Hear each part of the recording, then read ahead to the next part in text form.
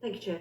I think starting with Josh and CamCycle always make good points to us, and they are always pushing us to better schemes. That's really good, but I also... CamCycle get their first mention of the afternoon. Quite remarkable. How wonderful they are.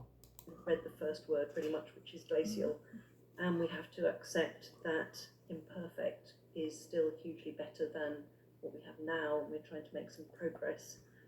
I think Heather also makes some very good points, which we must listen to, but again, there is research on what we must listen to, but totally ignore.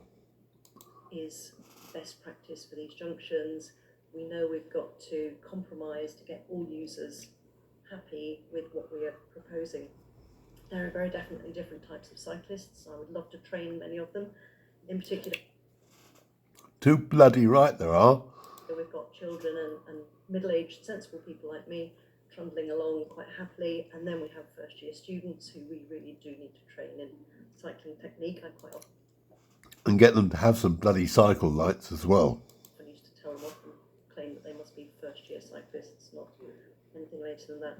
I think it's not unreasonable to cross at toucan type of junctions, and I think it is not unreasonable for cyclists to have to stop sometimes and have a dotted line across the cyclist path, not just the pedestrians and the cars. I think all these things have been taken into.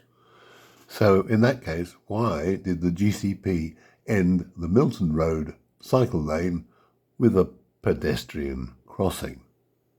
Just a minor point. Account, and I'm fully in favour of us progressing to the next stage to avoid the glacial aspects of these schemes. So we must listen, we must think about compromise, and we must get on with it. Thank you. Thank you, Claire. Other Claire.